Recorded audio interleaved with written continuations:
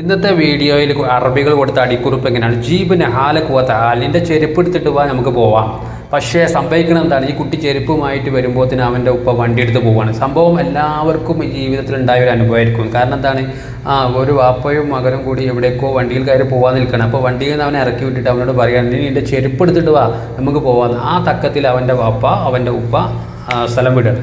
അതാണ് സംഭവം. അങ്ങനെ പല അനുഭവങ്ങളും പല അധികം ആളുകൾക്കും ഉണ്ടായിട്ടുണ്ടാവും. അപ്പോൾ അറബികൾ ഇതിന് കൊടുത്ത കമൻ്റ് എന്താണെന്നറിയോ, അതിൽ താഴെ കൊടുത്ത അനുഭവങ്ങൾ ഉണ്ടായിട്ടുണ്ട്.